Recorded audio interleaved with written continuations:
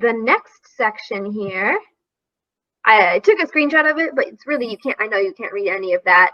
The one thing I did want to look at with you guys was how we really use these formulas for the circle, because that was what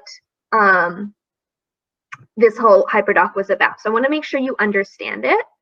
So this down here, I copied, just like on your hyperdoc, I wrote down what the formulas for the circle are. So there's 2 formulas for circumference, and then there's 1 for area. There's 2 formulas for circumference because you could use the diameter or the radius. It doesn't matter when you're finding the circumference, but the area, you have to use the radius. That's why there's only 1 for the area. So I put a circle here, and it has 18 all the way across. So in the chat, can you write the letter D or R? Is 18 the radius or the diameter?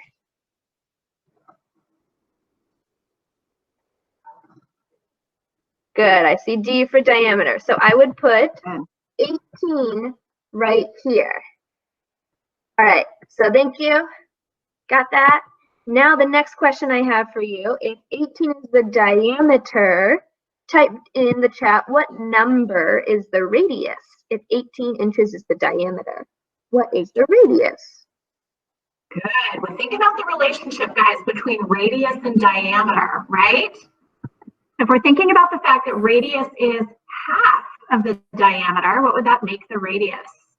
Nice, guys. Nice yeah. Job, guys.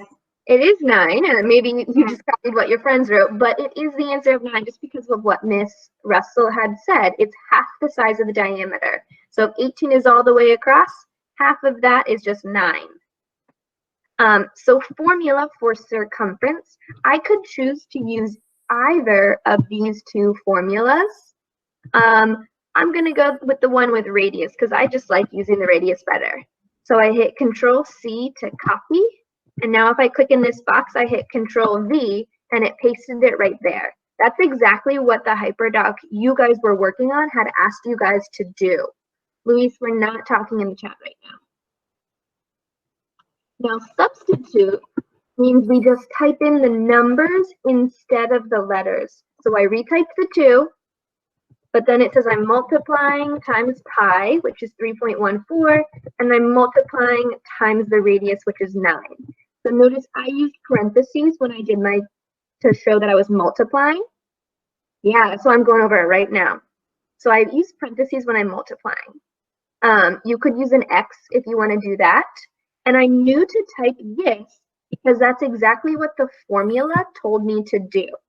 The formula said to multiply 2 times the pi times the radius. So this is 2 times pi times the radius of this circle. Now, I don't know what 2 times 3.14 times 9 is. So I have my calculator, and you guys are able to use your calculators. You should definitely use Desmos. I linked that on your hyperdoc for you. And I got the answer 56.52. Centimeters, or sorry, not centimeters, circumference is just like perimeter, where you would type plane units. So inches. This circle has a circumference of 56.52 inches. Guys, for those of you that are having problems with the substitution step, and we know that's the hardest part of doing this, think back to when we did kind of our unit on substitution where we were given variables, right?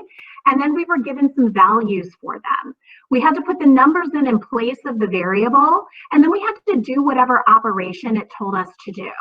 This is using that exact same skill, but it's using it to find some different measurements of our circles. So remember, whenever you guys see in the formula, some of those things squished together next to each other, 2 pi r, the way that they're squished next to each other means that we are multiplying, okay? So that's why Ms. Proctor put those parentheses in there to kind of hold the place for where we're gonna put the number. And then when we see the parentheses squished next to each other, we know that we have to multiply those numbers, okay? So think back to when we did substitution together in class. It's the same kind of thing. And in this case, we're going to be told what we need to substitute in. Usually we're going to use pi, and we always know that that's 3.14. And then we just have to think about the measurement from the circle that we're going to use, okay?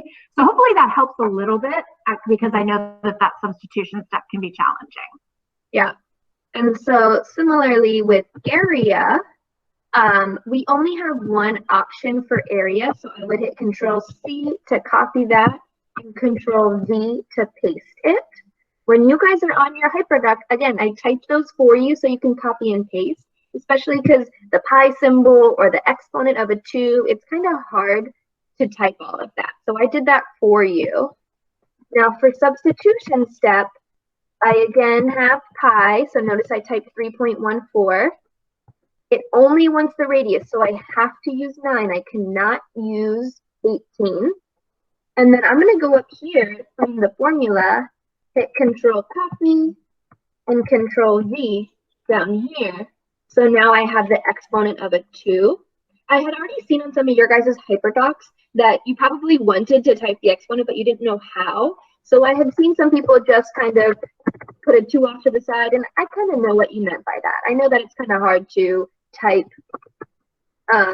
exponents on your hyperdoc, and that's okay. But one thing you could do if you wanted is just to copy and paste the one that I gave you in the formula. So again, that formula told me to multiply pi times the radius squared, not the radius times 2, but radius squared, or radius to the second power, means 9 times 9 in this case. So on my calculator, 3.14 times 9 squared. Desmos has the exponent button for you. I got the answer 254.34. So yeah, that's what's really cool about that Desmos calculator, guys. Remember, once you do that substitution step, you can type it right into Desmos exactly like that. So if we kind of forget that 9 squared means 9 times 9 and not 9 times 2, if you just input the whole thing into the Desmos calculator, it's going to do that for you. So it's a really great feature and a good reason to use Desmos.